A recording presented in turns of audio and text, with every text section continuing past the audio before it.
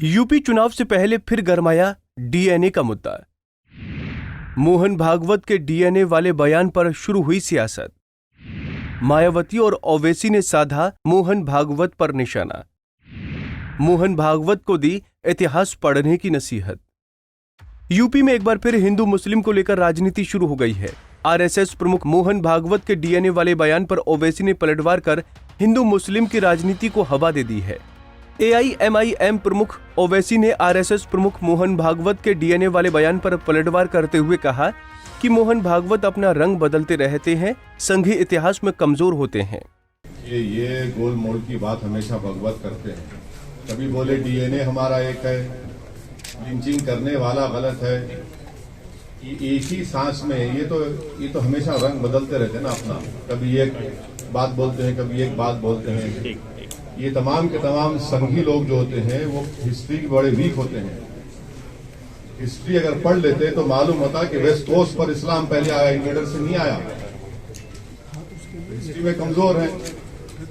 बताना ये चाहते हैं कि वो जो आरएसएस की जो आइडियोलॉजी है, जिसमें गोलवालकर और आपके सावरकर ये दोनों ही बताते हैं ना कि पुत्र होली लैंड और मदरलैंड की जो गुफ्तगू करते हैं, तो उसी की रोशनी में। तो वहीं दूसरी तरफ बसपा प्रमुख मायावती ने भी मोहन भागवत के बयान पर सवाल खड़ा करते हुए कहा कि अगर हिंदू मुस्लिम का डीएनए एक है तो फिर भाजपा मुस्लिमों के साथ सौतेला व्यवहार क्यों कर रही है। ये भी मालूम हुआ है कि आरएसएस प्रमुख श्री मोहन भागवत ने कहा है कि हिंदुओं व मुसलमानों के पूर्वज एक ही हैं। लेकिन इस बारे में मैं उनसे ये पूछना चाहती हूँ कि यदि हिंदुओं व मुसलमानों के पूर्वज एक ही हैं तो फिर आरएसएस व इनकी बीजेपी यहाँ हर स्तर पर मुसलमानों के साथ सौतेला रवैया क्यों अपना रही है। ये भी सोचने की बात है। उधर दूसरी तरफ प्रसपा के प्रवक्ता दीपक मिश्रा ने मोहन भागवत के डीएनए वाले बयान पर कहा कि मोहन भागवत को चुनाव के समय ही ऐसे बयान देने के लिए जाना जाता है। तो वहीं दीपक मिश्रा ने मायावती को भी घेरा और कहा कि मायावती ने दलितों के विकास के नाम पर उत्तर प्रदेश में जातीय जहर घोला है। उसके लिए तो काशीराम जी भी मायावती को कभी माफ नहीं करेंगे। कृष्ण ने गीता में कहा है, समम सर्वेषु भूतेषु तिष्ठन्ति परमेश्वरम। देखा जाए तो हम सभी मानव, सभी इंसान दुनिया में जितने भी हैं, सबकी रगों में एक ही रंग का लहू है, सब एक हैं।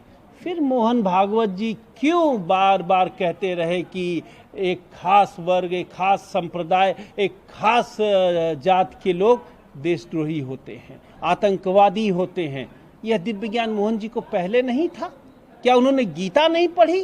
क्या उन्होंने वेद का अध्ययन या अवलोकन नहीं किया? और मायावती जी दलित उत्थान के नाम पर उत्तर प्रदेश के सामाजिक ताने बाने में जो उन्होंने जातीय विद्वेष घोला है, उसके लिए तो शायद उन्हें अंबेडकर भी माफ न करें। तो दोनों को, चाहे मोहन जी हो चाहे मायावती जी हो, इंसानी तकाजे की ये बातें अब क्यों याद आ रही हैं? 2022 के विधानसभा चुनाव से पहले हिंदू मुस्लिम की राजनीति बाकी सभी मुद्दों पर हावी होती दिखाई दे रही है। अब देखना यह होगा कि किस पार्टी को यह मुद्दा चुनाव में फायदा पहुंचाता है। पंजाब केसरी टीवी के लिए लखनऊ से अनिल सैनी की रिपोर्ट। हमसे जुड़े रहने के लिए हमारे YouTube चैनल को सब्सक्राइब करें और नई वीडियो की नोटिफिकेशन के लिए बेल आइकॉन को दबाएं। अगर आप ये वीडियो Facebook पर देख रहे हैं तो लाइक जरूर करें और ज्यादा से ज्यादा शेयर करें। धन्यवाद।